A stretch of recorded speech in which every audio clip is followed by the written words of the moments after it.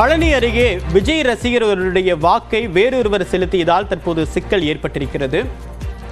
தற்போது வாக்குச்சாவடிக்கு வந்த விஜய் ரசிகர் ஒருவர் தன்னுடைய வாக்கை வேறு ஒருவர் செலுத்திவிட்டதாக ஒரு குற்றச்சாட்டை கூறியிருக்கிறார். இதன் காரணமாக அடுத்த கட்ட நடவடிக்கை தொடர்பாக அங்கு இருக்கக்கூடிய தேர்தல் நடத்தும் அலுவலர்கள் ஆலோசனை மேற்கொண்டு வருகிறார்கள். சர்க்கார் படத்தில் நடிகர் விஜய் சந்தித்த சிக்கலை அவருடைய விஜய் ரசிகரும் ஒருவரும் தற்போது அதே சிக்கலை சந்தித்திருக்கிறார். அது தொடர்பான அண்மை செய்தியை பார்த்துக் கொண்டிருக்கிறோம்.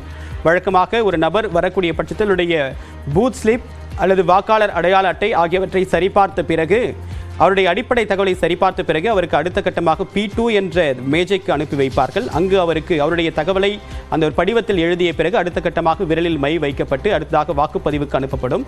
இது மாதிரியான 3 படிநிலைகளை கடந்து அவர் வாக்குப்பதிவு செலுத்திய நிலையில் தற்போது அவருடைய வாக்கை வேறு ஒருவர் செலுத்தி இருப்பதாக விஜய் ரசிகர் ஒருவர் புகார் தெரிவித்திருக்கிறார். தொடர்பான ஒரு அண்மை செய்தியை பார்த்துக் கொண்டிருக்கிறோம்.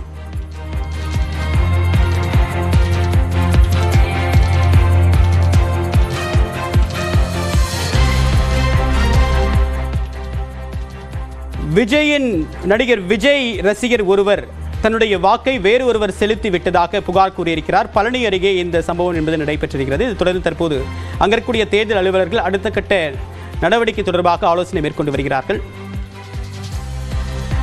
சர்க்கார் விஜய் பட பாணியில் தற்போது நடிகர் விஜயுடைய ரசிகர் ஒருவருடைய வாக்கை வேறு ஒருவர் செலுத்தி விட்டதாக ஒரு சர்ச்சை எழுந்திருக்கிறது.